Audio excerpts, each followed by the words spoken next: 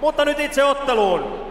Tämä ottelu käydään kevyessä sarjassa alle 70,3 kiloa. Tämän ottelun suunniteltu kesto edelleen 3 kertaa 5 minuuttia.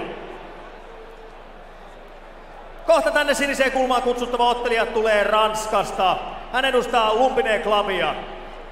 Tämä 168-senttinen ottelija on urallaan ennen tätä iltaa otellut 14 kertaa, 8 voittoa, 6 tappiota. Hän painoi eilisessä punnituksessa 70,2 kiloa. Hyvät naiset ja herrat, ladies and gentlemen, to the blue corner from France, Sébastien Pougnard! In the time when the ocean plants Atlantis and the rise of the sons of Arius, there was an age.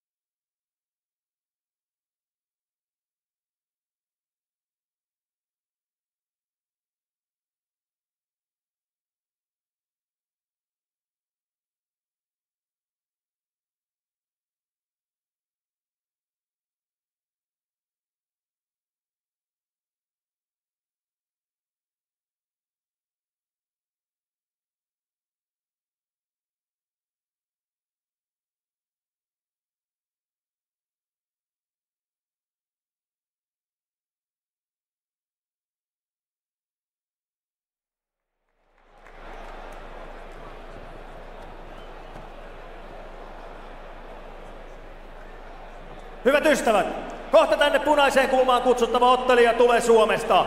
Hän edustaa Primus Fight-tiimiä sekä Lahden Gentaita. Tämä 180-senttinen, 27-vuotias ottelija on ennen tätä iltaa otellut urallaan ammattilaisena 4 kertaa. Hänellä on 2 voittoa, 2 tappiota. Hän on vapaaottelun amatöörien Suomen mestari vuodelta 2014. Hän painoi eilisessä punnituksessa tasan 70,3 kiloa. Hyvät naiset ja herrat, ladies and gentlemen, to the red corner from Finland, Patrik Pietilä! I'm like chip outs, man. I got this, yo.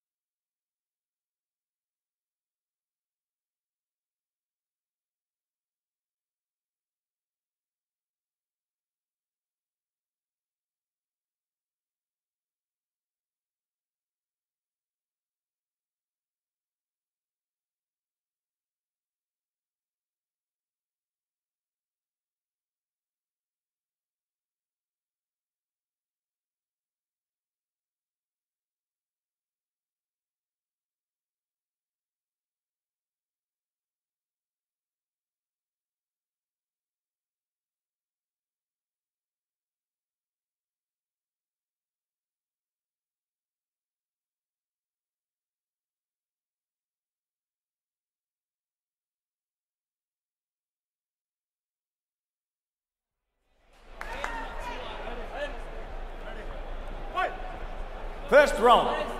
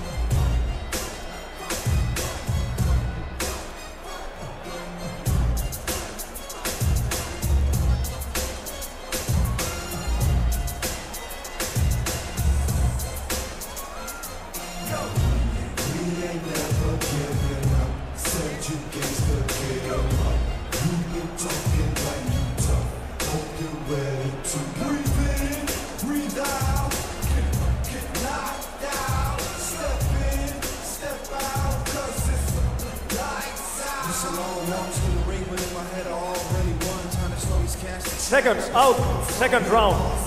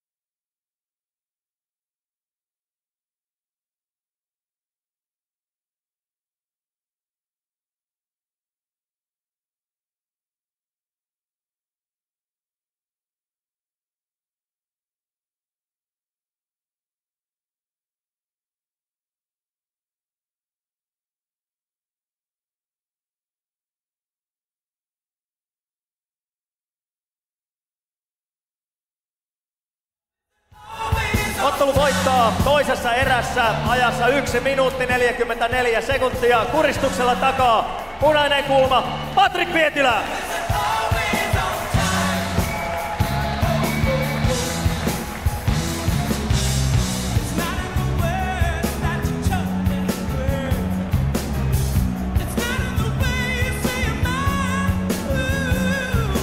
No niin Patrik.